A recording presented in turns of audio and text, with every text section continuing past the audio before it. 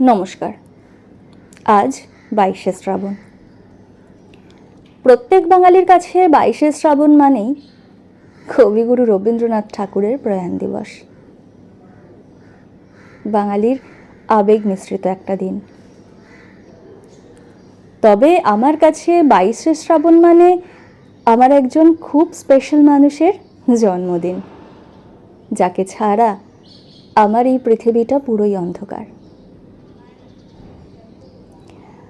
তাকে ঘিরে আমার কিছু আবেগ, অনুভূতি, কিছু অভিমান, না বলা কিছু কথাই বলতে এসেছি। আজ শ্রীমতী প্রীতিকণা পাল মানে আমার মায়ের জন্মদিন। জন্মদিনের উপহার তো দূরের কথা, জন্মদিন উদযাপনও কখনো সেভাবে করা হয়নি। আজ তার উদ্দেশ্যেই আমার এই ছোট্ট একটা প্রয়াস। তোমাকে কখনো বলা হয়ে ওঠেনি মা, আমি তোমাকে ঠিক কতটা ভালোবাসি। সবসময় শুধু তোমার সাথে ঝগড়াই করে গেছি, আর নানান অভিযোগ অনুযোগের সম্ভার দিয়েই তোমার ঝুলি ভরিয়েছি।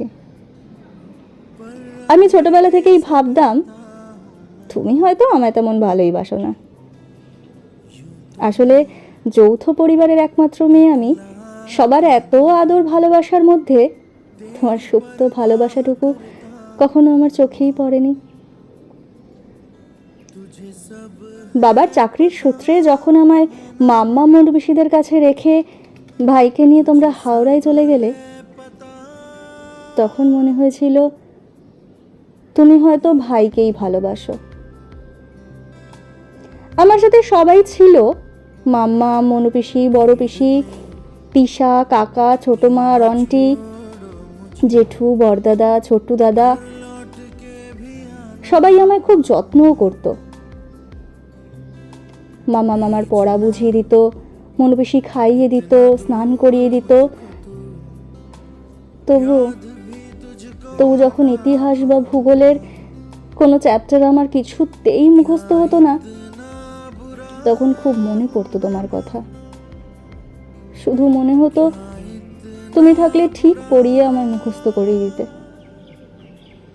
তুমি পড়তে আর আমি শুনে শুনেই মুখস্থ করে ফেলতাম।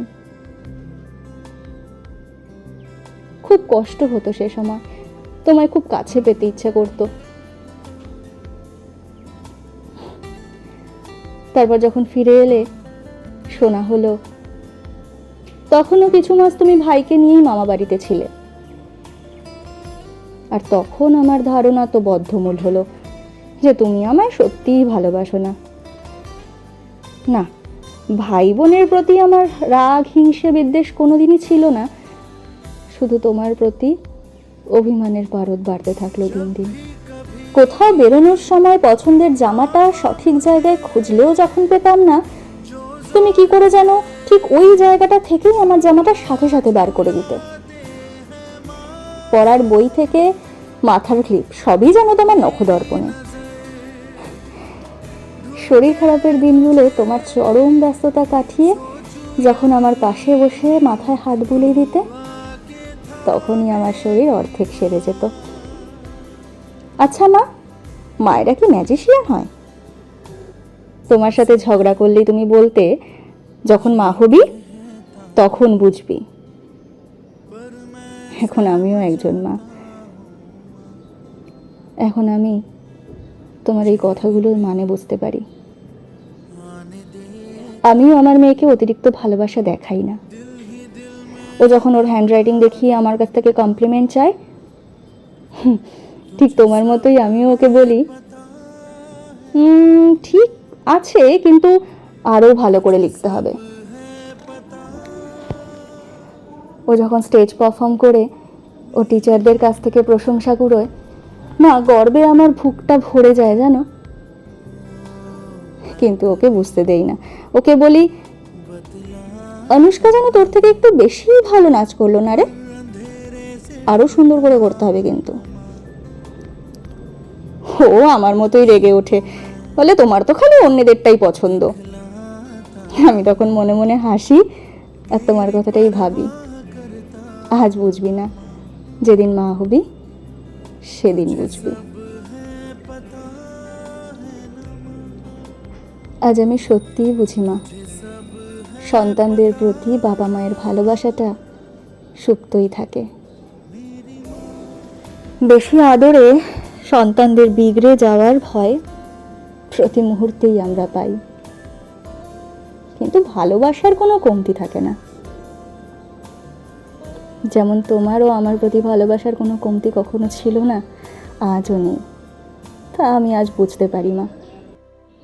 যেদিন তোমার হার্ট অ্যাটাক হলো, বৌদি ছোটো মা আমায় ফোন করে বলল তোমার অবস্থা ভালো না, সেই মুহূর্তে আমার পৃথিবীটা থমকে গেছিল। পায়ের তলা থেকে মাটি সরে যাচ্ছিল। যে রাস্তাটা দিয়ে আমি রোজ যাতায়াত করি সেখানে একটা বড় শিব মন্দির আছে, কখনো সেভাবে তাকানো হয় না। সেদিন তোমার জন্য যে ঠিক কতক্ষণ প্রার্থনা করেছিলাম মনে নেই। শিব ঠাকুর তোমায় আবার আমাদের কাছে ফিরিয়ে দিয়েছে। তুমি একা নও। তুমি আর বাবা আমার জীবনের সমস্ত অন্ধকার কাটিয়ে ওই ভোরের আলোটা, যে আলোর স্পর্শে আমার সমস্তটা দিন ঝলমলে কাটে। তোমায় খুব ভালোবাসি আমি বলবো না, তবে দুর্গার যেমন রুদ্ররূপ কালী, ঠিক তেমনি তোমার সাথে আমার ঝগড়াসূচক খুনসুটিগুলোই আমার ভালোবাসার রুদ্ররূপ।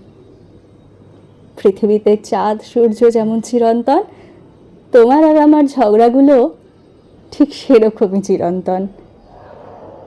শুভ জন্মদিন মা, খুব খুব খুব ভালো থেকো, আর এভাবেই সারা জীবন আমাদের ভালোবাসায় আগলে রেখো।